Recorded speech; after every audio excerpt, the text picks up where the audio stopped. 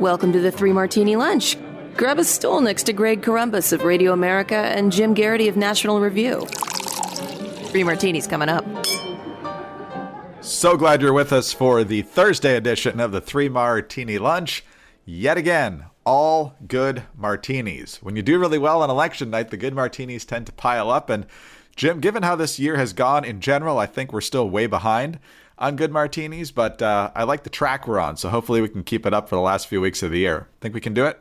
No. I don't think the good news while it's coming. Exactly. So for our first good martini, let's head over to New Jersey. We wish we could tell you that Jack Ciattarelli have managed to win the governor's race and flip that in a huge upset. It did not happen. It looks like Phil Murphy will narrowly survive. But there was another result in New Jersey that has jaws on the floor. It was in the Garden State's 3rd Senate District, which was held by Democrat Steve Sweeney. And Democrat Steve Sweeney is not just any Democrat in the state Senate, New Jersey. He's the president of the state Senate and has been for the last 11 years. He was running against a Republican named Edward Durr, a truck driver who spent a grand total of $153 on his general election campaign for the New Jersey Senate. And I'm guessing he spent part of it on this video, just a very down-to-earth explanation of what was wrong in New Jersey. Hello, my name is Edward Durr. I'm running for New Jersey State Senate. I've lived here all my life, raising my 3 kids. In 2020, my opponent sat by and watched as Governor Murphy forced nursing homes to take in COVID-19 patients, resulting in the death of over 8,000 of our seniors. He remained silent as Governor Murphy, with his lockdown and mandates, forced the closing of over 1/3 of our small businesses, costing New Jersey family thousands of jobs. He has done nothing, as 7 out of every 10 moves are leaving the state, placing a heavier burden on those of us who remain. There's also a yard sign at the end of that video that's in the yard with his name on it, so I'm guessing maybe he spent a little more than $150 because some folks said he spent most of it at Dunkin' Donuts. So, Jim, nonetheless, for a very limited campaign, you know that the people are fed up with what was happening with their traditional politicians in New Jersey, that they went with a guy that they couldn't possibly have known that much about.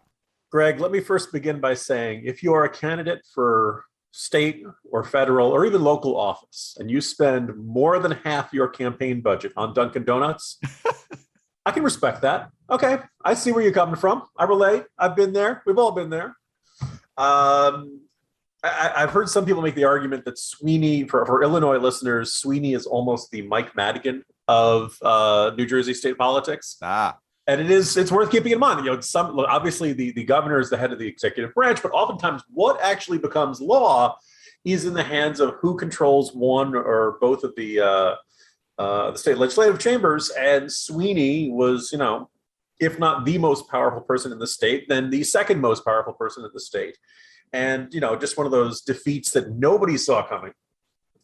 I'm reminded a bit of Dave Bratt replacing Eric Cantor.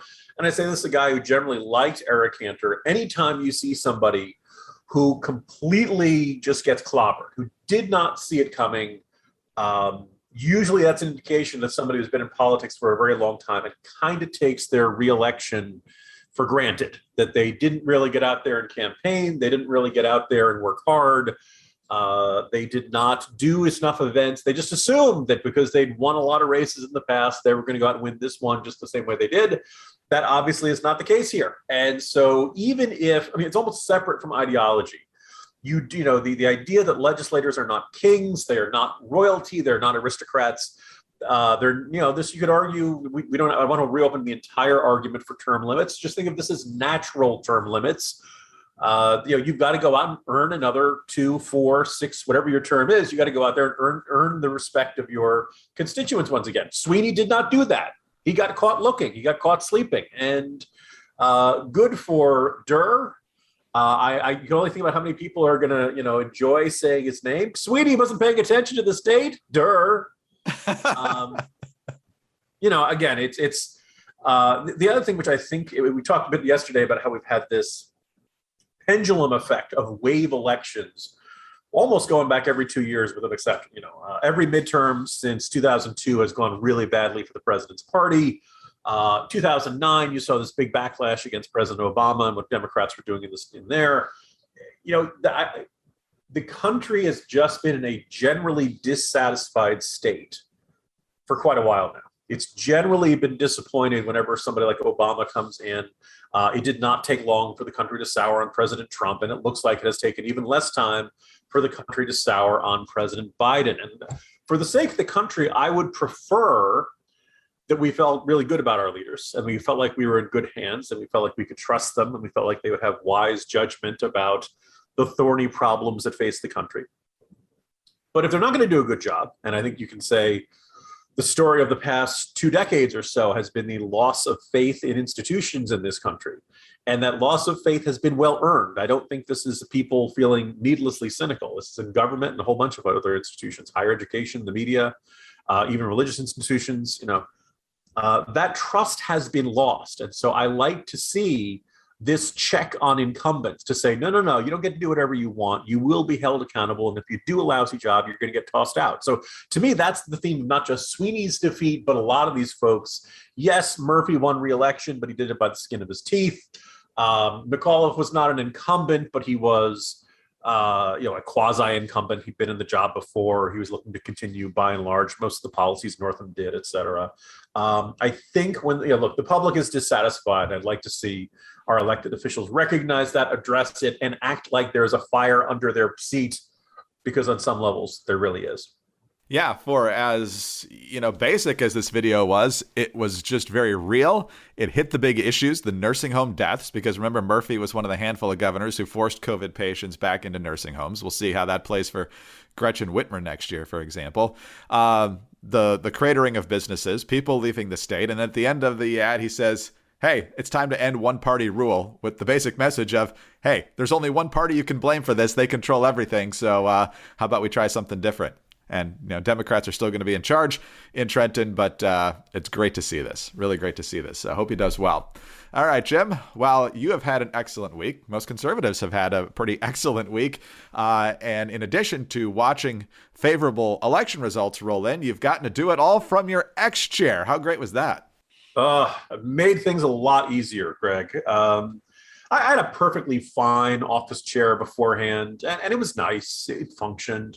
It was starting to show a little bit of wear and tear. And, if you ever find yourself working at the kitchen table or something that isn't your usual desk chair, my guess is the next day, you probably by that night when you're in bed, you're going to feel it. You're going to feel it in your lower back, your shoulders, your arms, all these things that are used to being in a certain way. Like you're going to spend hours and hours. So trust me when I say this, you want to invest in your own body and in your own health. And believe it or not, the chair you sit in can have a big impact on it. And, it's, not only is it just a more comfortable chair, it's, adjustable, every possible, your arms, the back, neck, everything is adjustable. It's got the massage settings. It's got the heating settings. It's got the cooling settings. Anything your body could possibly want to make you feel comfortable when you're working, this chair has it. Get the XChair. I know it sounds like something Professor X would be rolling around in. It's as cool and as high tech as you'd expect from those movies. Go out, take care of your body, take care of your back, your butt, your neck, the whole parts. You'll thank me later. Go to xchairmartini.com right now. That's the letter XChair, martini.com, or call 844-4XChair for $100 off your order. XChair has a 30-day guarantee of complete comfort, and you can finance your purchase for as little as $30 per month. Once again, that's xchairmartini.com.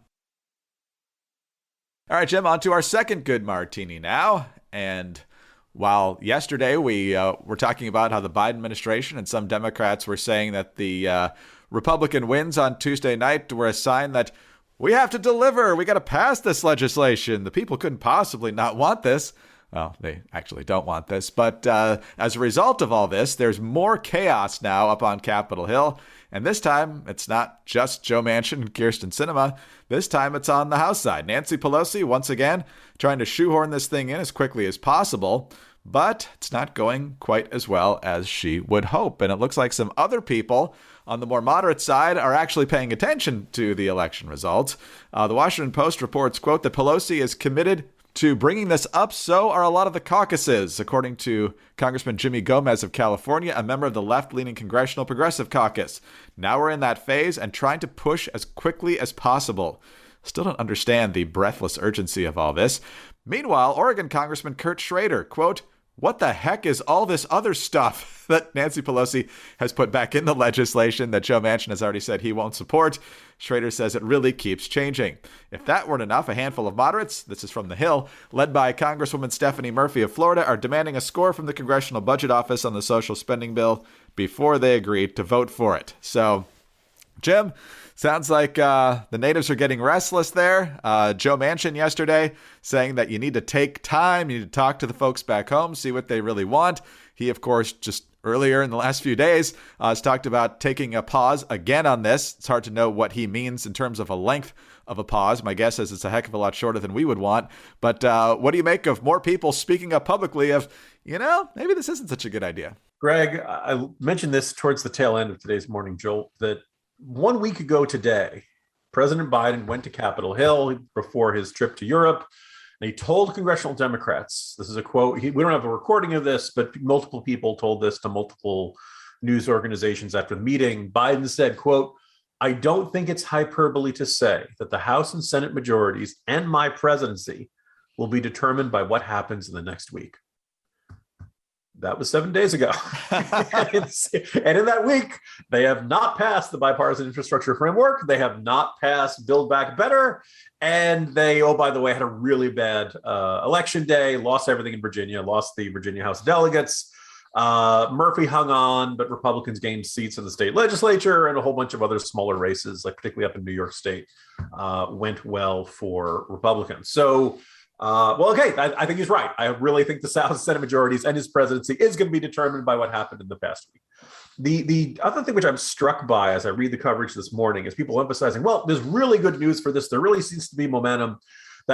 People who are leaders in the House Progressive Caucus, they say it's time to pass the bill. And in fact, leaders of House moderates also say it's time to pass the bill. The problem is they're not talking about the same version of the bill. Right. That's kind of the important thing. Like it's not that people are like, oh, before election day, I don't really want to pass. No, everybody wanted to pass the bill. The real challenge was getting everybody to decide on what version of the bill, what should stay in, what should stay out. Do we really want to repeal the state and local tax deduction, which is the biggest tax break you could possibly give to all kinds of wealthy people, particularly in places like New York, New Jersey, California, Illinois, and actually a surprising number of people here in Virginia? Will they come together? The irony is that nothing really changed about the legislation. The only thing that may have changed is that maybe some people are more inclined to compromise because they see the terrible results. And I think that you can reasonably argue, like CNN was haranguing Joe Manchin this morning, asking if he felt responsible for Terry McAuliffe's defeat in Virginia. Let's kind of, this is basically like you represent a state called West Virginia, and Terry McAuliffe lost a state called Virginia. So aren't you really to blame? That's not the way they worded it, but it wasn't that far away. And first of all, if Joe Manchin was running for Virginia, he probably would have won. Joe Manchin is a much more appealing figure than Terry McAuliffe in a whole bunch of different ways. But the second thing is that, conceivably, maybe this makes Joe Manchin say, oh, wow, we're really in trouble. But his comments did not indicate that. In fact, Joe Manchin came out and said, actually, we're not a left country. We're not even a center-left country. I think we're a center-right country. If you haven't heard that yet, that boom you heard was the progressives' heads exploding across the country because they do not like to hear talk like that. Is it possible this gets everybody on board? Fine. And I think the most likely scenario for these two bills getting passed is that, House progressives say, all right, Manchin, you win. You and Sinema get whatever version you want. If it's only 1.3 trillion or some smaller amount, we'll live with it because we want to get two things passed. It's still going to add up to nearly 3 trillion in new federal spending. That's still a big win for us, and that's fine. And I still think that scenario could happen. But the fact that it's not, that it hasn't happened really quickly after the election, I don't think that urgency is going to intensify over day by day. I think that if it gets bogged down over the next week or so, then I think you're probably dealing with these kind of negotiations going on well into December. Wow, on to December and next year and maybe after the midterms, and hopefully right after November 2022. Yeah, great. Well, your instincts are very much what we're seeing in this Hill story. Democrats think if Pelosi tries to put these things back in the bill that Manchin doesn't like, it'll go to the Senate.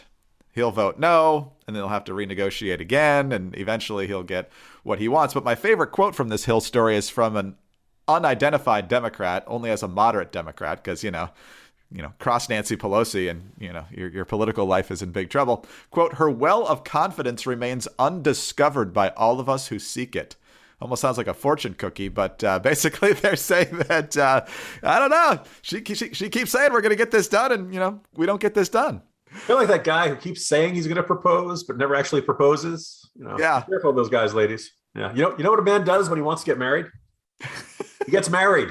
True. A little bit of relationship advice right in the middle of our political analysis. You never know what you're going to get in this podcast. Exactly. I feel like the NBC, the more you know, is flashing for, many listeners of a certain age on this podcast. So hopefully they take that to heart. But Jim, one other thing you can take to heart is the fantastic sleep you're going to get with products from My Pillow. Not just the pillow, although the pillows are fantastic, but you also have the mattress topper and the Giza Dream Sheets, my absolute favorite set of bed sheets. And right now, 3 Martini Lunch listeners can buy one set of Giza sheets and get another set free when you use our promo code Martini at checkout. These sheets are made from the world's best cotton, which is grown only in a region between the Sahara Desert, the Mediterranean Sea, and the Nile River.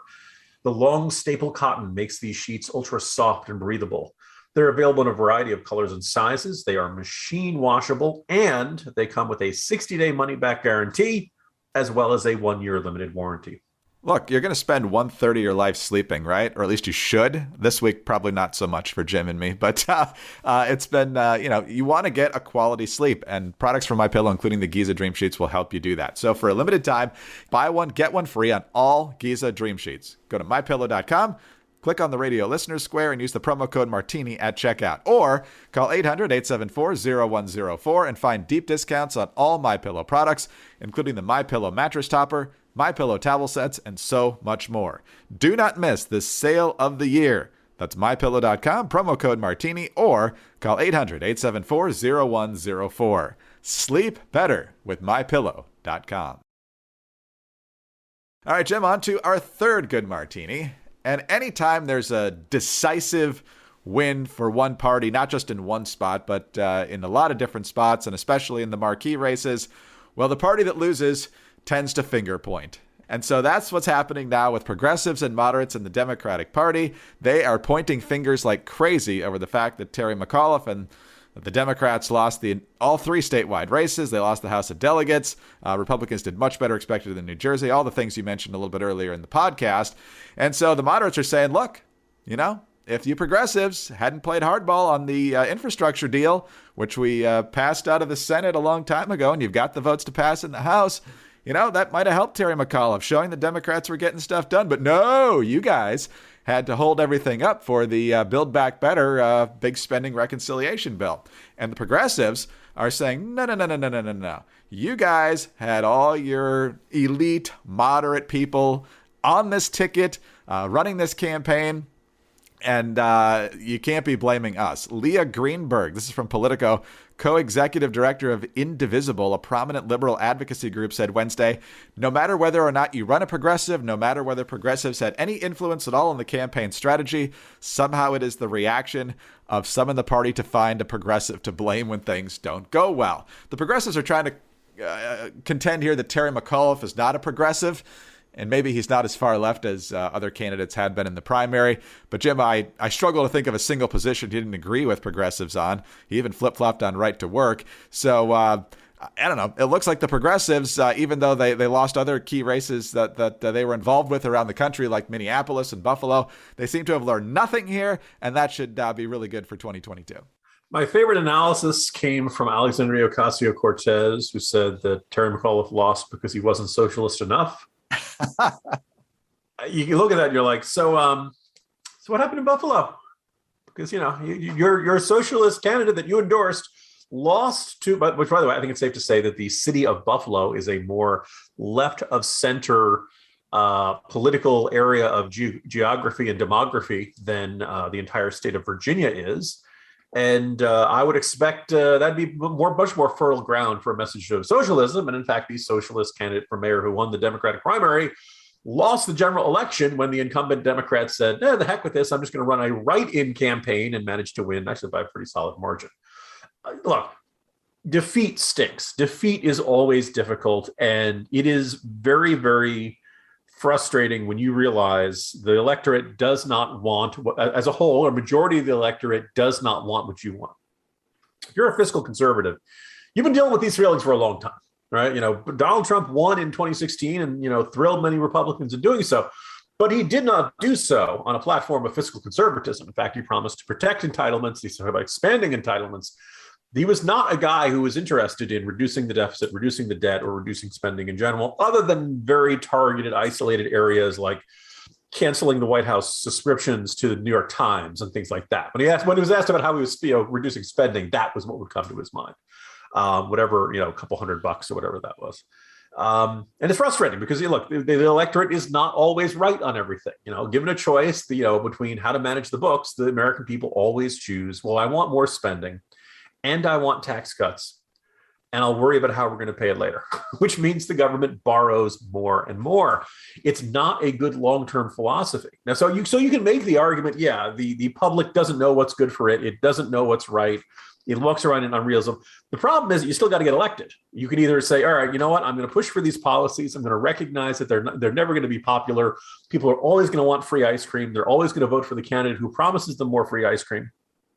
But perhaps in continuing a bit of what I was talking about, this lack of faith in institutions over the last couple of decades, maybe part of the problem is that there's always somebody who comes along and promises the free ice cream party, i.e. socialists like Alexandria Ocasio-Cortez, who insist that you can have the best life you possibly have.